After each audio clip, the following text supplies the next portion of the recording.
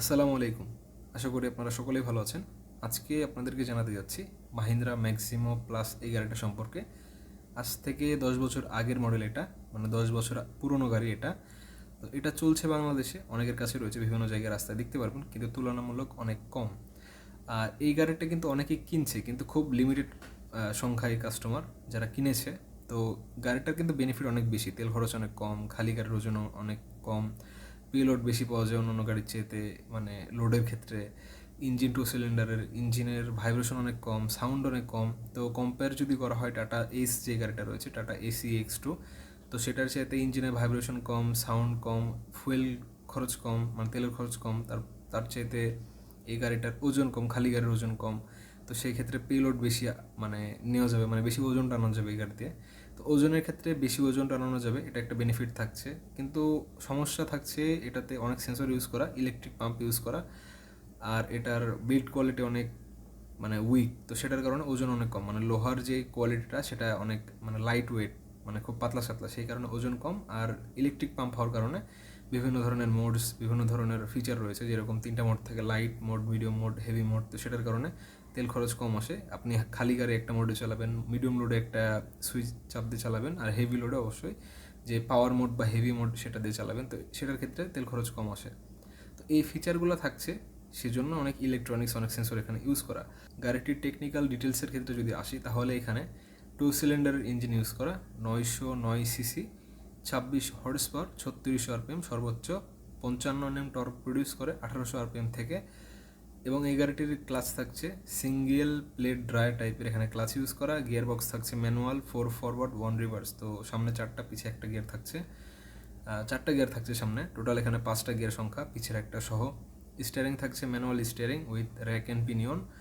তো খুব একটা যে অসুবিধা হয় তা না, কিন্তু এখনকার মডেল অবশ্যই সবগুলোতেই পাওয়ার স্টিয়ারিং থাকছে এই টাইপের গাড়িতে, যে কোনো ট্রাক, মিনি ট্রাক, বড় ট্রাকে।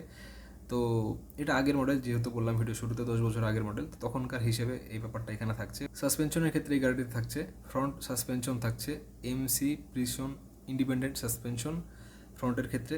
রেয়ারের ক্ষেত্রে থাকছে লিফ স্প্রিং। তো সামনে টিপিক্যাল যেরকম আমরা সাসপেনশন দেখি ওইরকমই।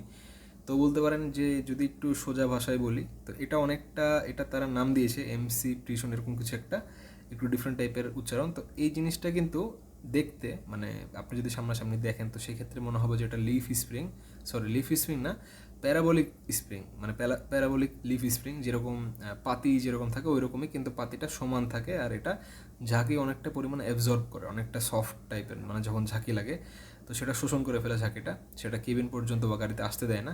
তো এটা লিফ স্প্রিংয়ের চেয়ে অনেক সফট হয়, আর এটার লিফের সংখ্যা অনেক কম হয়। তো অনেকটা ওই রকমই দেখতে, মানে প্যারাবলিক সাসপেনশনের মতো। আর পিছে যেরকম টিপিক্যাল সাসপেনশন থাকে লিফ স্প্রিং ওই রকম, সেটার সাথে কোনো শক অ্যাবজর্বার নাই, একদম সাদামাটা সেট আপ। ব্রেকের ক্ষেত্রে থাকছে সামনে ডিস্ক ব্রেক, পিছে থাকছে ডাম ব্রেক। আর এখানে হুইলস, মানে যে টায়ার সাইজ, সেটার ক্ষেত্রে যদি আসি, তাহলে টায়ার সাইজ থাকছে 145/80 আর 12, এই সাইজের টায়ার এখানে ইউজ করা। ফুয়েল ট্যাঙ্ক থাকছে 33 লিটারের। হুইল বেস এই গাড়িটির হুইল বেস থাকছে 1950 মিলিমিটার। এই গাড়িটির লেন্থ থাকছে 3800 মিলিমিটার। এই গাড়িটির ওয়েট, মানে কতটুকু চওড়া এটা, সেটা হলো 1540 মিলিমিটার, মানে এই গাড়িটার কতটুকু চওড়া সেটা 1540 মিলিমিটার। সিটিং ক্যাপাসিটি থাকছে গাড়িটির ড্রাইভার +1, মানে ড্রাইভার সহ একজন বসতে পারবে, টোটাল এখানে 2জন বসতে পারবে গাড়িতে।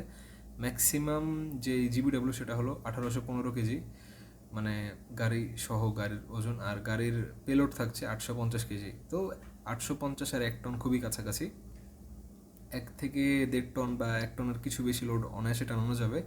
আপনারা দেখে বুঝতে পারছেন যে সেই জিনিসটা, কিন্তু অবশ্যই আপনারা বাস্তবে জেনে নেবেন যে এই গাড়িটার কতটুকু লোড। আমার মনে হয় যে 1.5 টন বা 1.5 টনের কাছাকাছি লোড নিতে পারবো অনায়াসে, যেহেতু কাগজে কলমে 1 টনের কাছাকাছি চলে আসে। তো হিওয়ার্স, সর্বশেষ যদি গাড়িটার ব্যাপারে কিছু বলতে চাই, তাহলে এই গাড়িটা তেল খরচ অনেক কম, ওজন অনেক হালকা, লোড বেশি টানানো যায়, প্লাস ইঞ্জিন সাউন্ড অনেক কম। টাটা এসে যেরকম একটা ঘট ঘট একটা সাউন্ড হয়, কেমন একটা উচ্চ ভাইব্রেশনের, ভাইব্রেশনটা অনেকটা বেশি হয় এই গাড়ির চেয়েতে। তো সেই জিনিসটা কিন্তু এখানে নাই টাটা এসের ওই সমস্যাটা।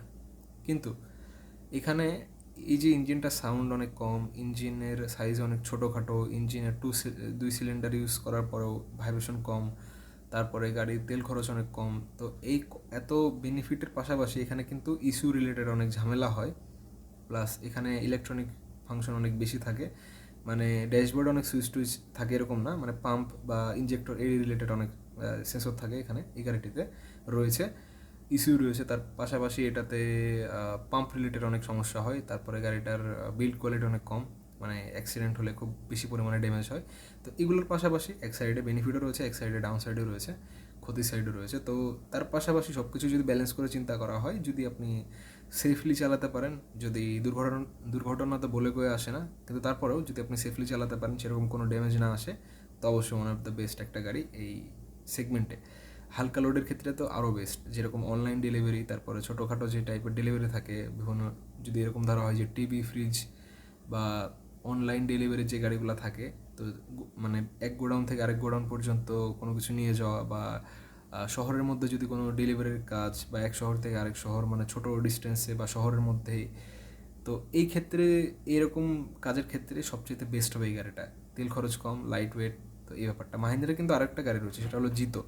সেটা মানে সিঙ্গেল সিলিন্ডার ইঞ্জিন, আর সেই গাড়িটার অনেক কম তেল খরচ, অনেকটা বাইকের মতো বলতে পারেন। তো সেটা নিয়েও দেখা হবে নেক্সট কোনো একটি ভিডিওতে অবশ্যই, খুব শীঘ্রই। আর সেটা আরও বেশি বেনিফিট দেওয়ার মতো, মানে এই অনলাইন ডেলিভারির ক্ষেত্রে, এই কম লোডের ক্ষেত্রে। অনেক ক্ষেত্রে দেখা যায় যে বিভিন্ন মিষ্টির দোকান, বিভিন্ন ধরনের টালি, বিভিন্ন ধরনের সিমেন্ট বা মিষ্টির দোকানগুলা, বা বিভিন্ন ধরনের মুদির দোকান, তো তারা দেখা যায় যে এক জায়গা থেকে আরেক জায়গায় শহরের ভেতরে বিভিন্ন ধরনের ওই যে অটো, তারপর চার্জার ভ্যান রয়েছে, তো এই জিনিসগুলো দিয়ে বিভিন্ন জায়গায় ডেলিভারি করে তাদের যে মানে প্রয়োজনীয় জিনিসপাতি যেগুলো থাকে, চাল, ডাল, আটা, বা মিষ্টির দোকানে যে ছানা বা এক্সেট্রা, মানে মিষ্টির দোকান পর্যন্ত মিষ্টি নিয়ে যায়। তো এই জিনিসগুলো কিন্তু পরিবহন করা হয়। তো সেই ক্ষেত্রে অনেকে পিক আপ ট্রাক ইউজ করে, অনেকে ভ্যান ইউজ করে, অনেকে অটো ইউজ করে। তো সেই ক্ষেত্রে কিন্তু তাদের পার্সোনাল গাড়িও থাকে, মানে ছোটোখাটো ইউজড পিক আপ বা নতুন পিক আপ। তো ওই রকম সেগমেন্টে কিন্তু এই গাড়িটা একদম লিডার, কারণ গাড়িটার ওজন কম, ফুয়েল এফিসিয়েন্ট, আর ছোটো জায়গাতে অনায়াসে চলতে পারে, প্লাস গিয়ার সংখ্যা অনেক কম, তারপর তেল খরচ অনেক কম। তো ওই ক্ষেত্রে একদম খুবই মানে ডেডিকেটেডলি একটা গাড়ি এই ব্যাপারটা।